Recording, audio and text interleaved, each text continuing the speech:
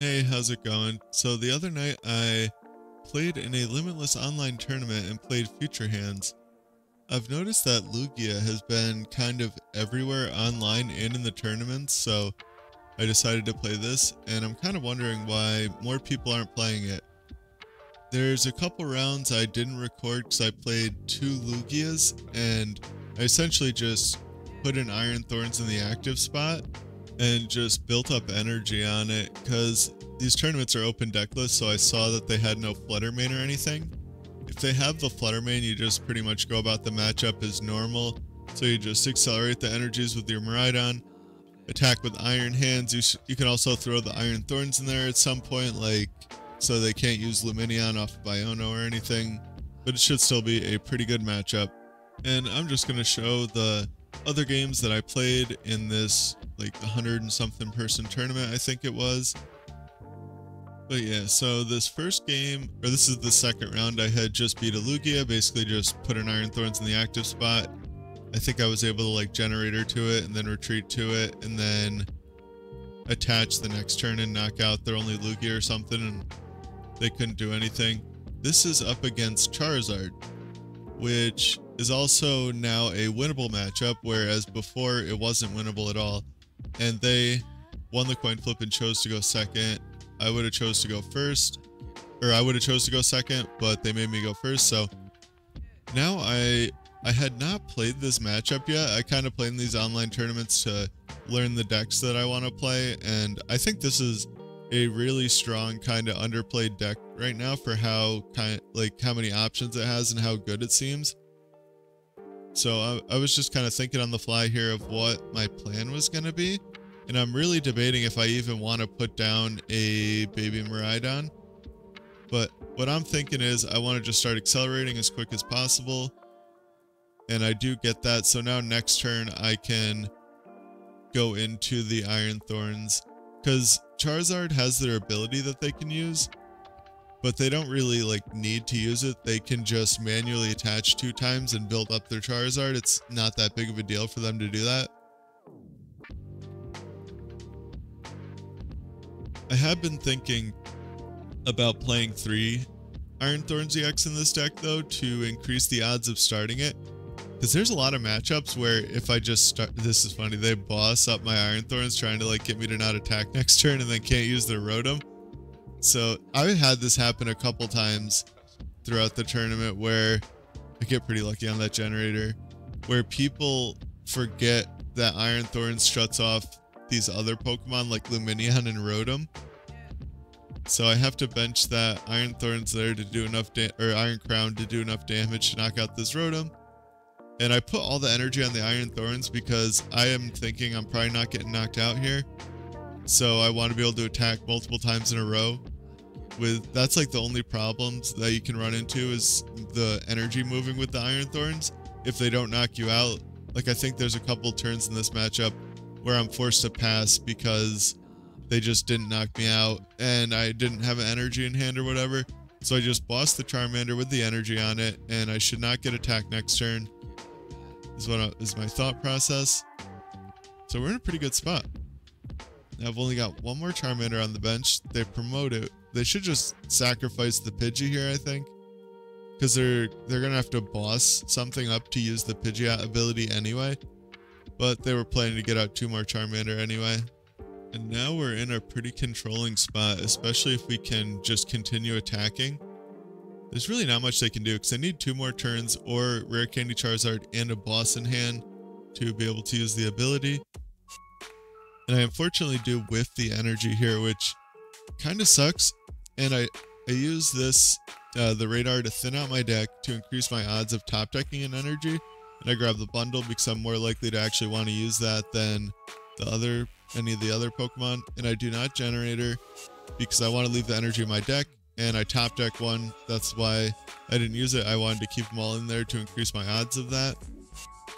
And I can play an Arven here. I was thinking about playing the Arven and doing like a Lost Vacuum and removing this Heavy Baton and attaching a future capsule to the Iron Thorns, but luckily I didn't do that. So now I have the booster capsule in my hand, and I can put 4 energy onto an Iron Thorns, and I have Prime Catcher, so I should be able to attack enough times to win the game now, just out of this hand. There's really nothing that they can do to stop me, except for Iono and Counter Catcher, and then Evolve, but they only have 1 Counter Catcher, so they just concede. Alright, so this is the 3rd round. We're up against like a Turbo Roaring Moon deck. I won the coin flip, chose to go second, because both of us want to go second, so I just picked it. It would be interesting to high roll getting an Iron Thorns into the active, going first and just completely shutting down their first turn, but the chances of that aren't that great, and I want to go second anyway to just get attacking, because if they just set up, then I'm in a rough spot and I need to be able to knock out their Roaring Moons. And I immediately go for an Iron Crown and a Miraidon, because every other game here I have just been able to put an Iron Thorns in the active and win the game, so I was kind of on autopilot a little bit. And I was also considering like trying to, yeah, so I am going to do this, thinking about hitting a generator and just starting to attack right away with the Iron Thorns and putting this Roaring Moon at low HP so it would knock itself out. But now I misplayed and forgot that I needed a future booster capsule to be able to retreat my active. So now I'm going to realize it, right? Yep. And then I have to Prime Catcher the other guy. And this is kind of unfortunate, but I am able to research next turn and hopefully knock out this Roaring Moon with my Miraidon while charging up my benched Iron Hands. This matchup can be hard because their Frenzied Gouging attack gets around Heavy Batons, which is kind of scary.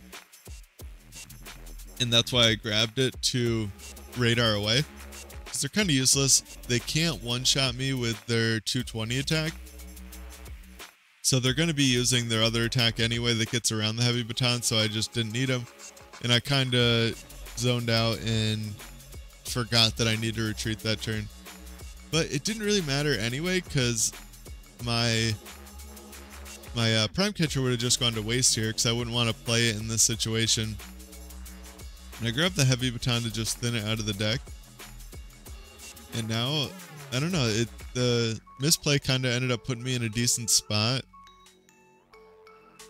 where now I'm taking 2 prizes while setting up another attacker. I'm just debating what to attach to here. I think I just have to go to the Iron Hands, and I'm considering benching this. I don't know if I needed to do that. I think they did play 2 Iono, and that's what I was worried about. And I'm thinking about setting up both the guys to attack here, so that I have an easier out to attack with the Iron Thorns. But I do pull the Psychic off of the prize cards, which is the reason I would have loved to attach to the Miraidon in the active, but I didn't have access to the Psychic energy, and then I get it off the prizes anyway. So that attachment on the Thorns is a little weird now that I'm looking back on it.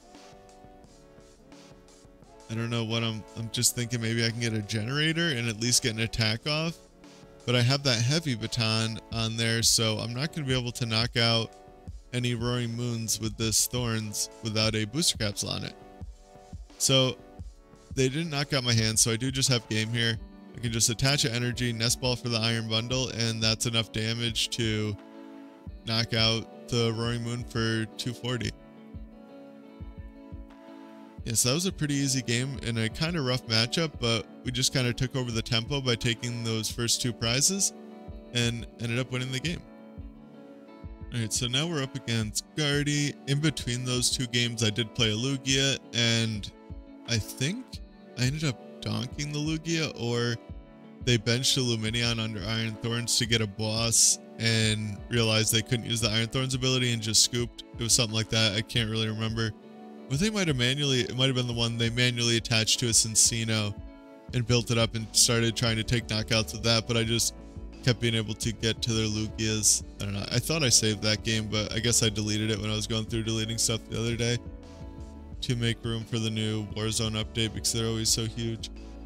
But we're up against Guardy here. I choose to go first. I don't know if that was correct. I just really can't think of what I was thinking.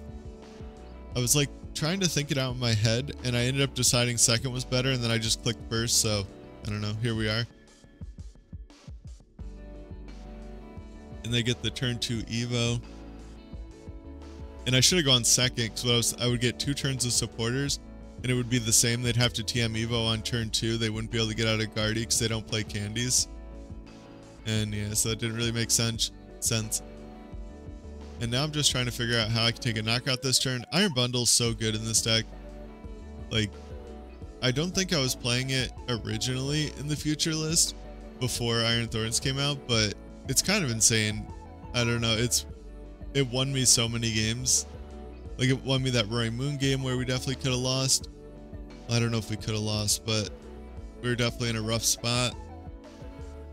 And it could have gone to sudden death, and then they could have won in that at least. And then this, I ended up being able to do that. Oh, that's what was happening in the Lugia games. I kept being able to Iron Bundle up their Lugia twice because I was able to super ride it back and get it again.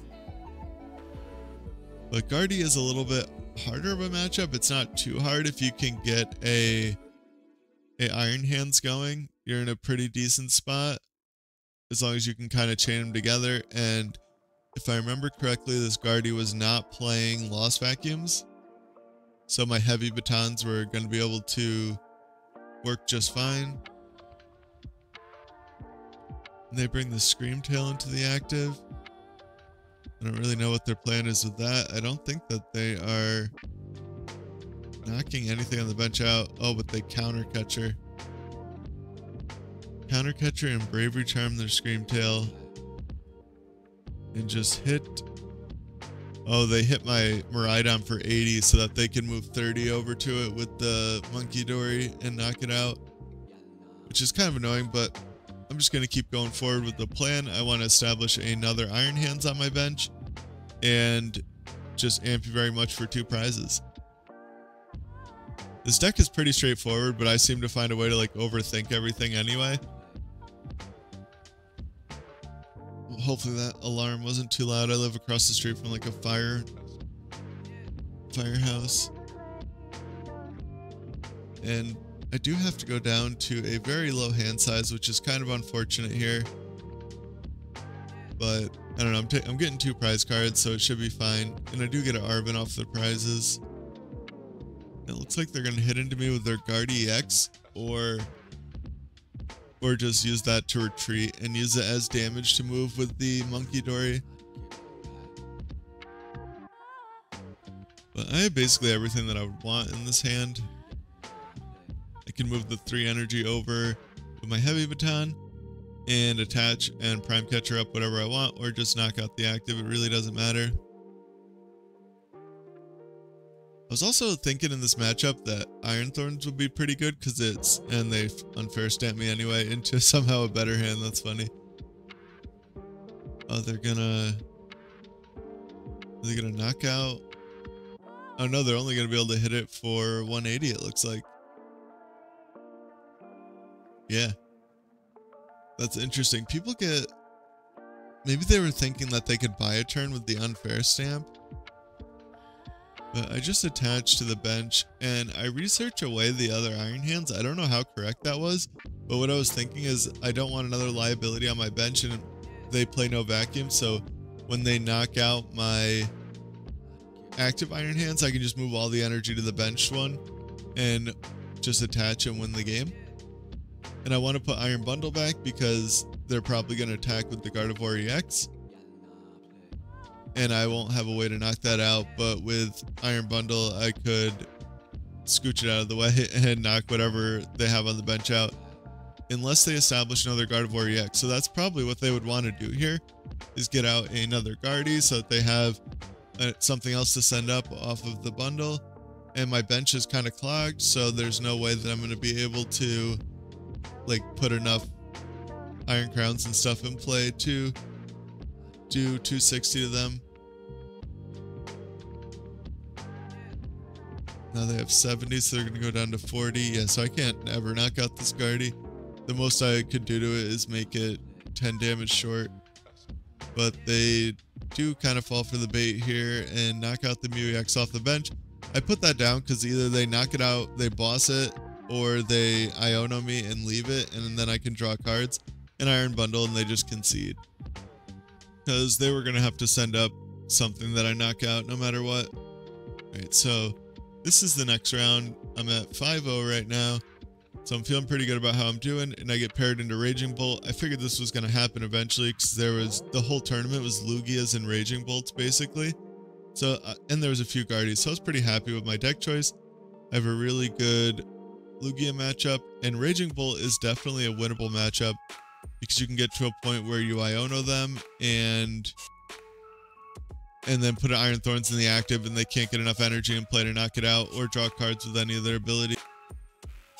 So my game froze a little bit there, or yeah, the recording froze, which is kind of annoying. I really wish I could figure out why that happens sometimes, but they just basically got energy into their hand and used an Ogre Pawn ability, and I think they have another grass in their hand if I'm remembering right. So I use NVIDIA like Shadow Play or something like that to just like, I always have it set to record the last 20 minutes, so then whenever I get a game that I like or want to keep, I just click the hotkeys to record it, and then sometimes that ends up happening, which is really annoying. I wish it would stop. But yeah, I can just accelerate with the Miraidon here. I was thinking if I want to like try and boss up the other Raging Bolt or something, but I don't end up going with that. And I do the play that I always do in this matchup, which is attach a Lightning to set up one of my bench attackers and then put a Psychic on my Miraidon, so that no matter what, I have two ways to do decent damage. Unless I have a Heavy Baton, then I might not do that. But since I hit this for 60, I just need to get one more Iron Crown out and I can knock it out. And this is kind of an unfortunate spot here where I cannot knock it out. I'm kind of bricking. I probably should have just set up the Iron Hands in hindsight so that I could at least take prizes. I'm just not in a great spot, and I don't know whether to Prime Catcher or just hit into this active for not enough damage. So that's pretty unfortunate there. But I hit into it regardless because I can always clean it up later with an Iron Crown. If it comes down to it, like move the energies, put the Psychic back with Super Rod, and move a couple Lightning to it with a Heavy Baton. And they are able to switch Carp, but they still have 190 damage on them. And now they can just knock me out, and it's not looking good. Like, I don't think this matchup is that bad if I can take that knockout last turn. Because having the Iron Crown in the active really kind of messes with them. And I top deck the Research. And now I'm kind of wishing that I just used the Prime Catcher last turn to hit into the benched Raging Bolt. And as you can see, I really don't want to research away that Prime Catcher. It always feels so bad. And I don't even hit a Miraidon, which is why I researched away the energy. So I was thinking, oh, I can get into Miraidon and then accelerate a little bit. Nope, I just have to stick an Iron Crowns in the active and like hope they can't take a knockout. And a lot of this deck's draw does depend on Ogre Pawn and Greninja. So I think I have decent odds of kind of stealing a turn here.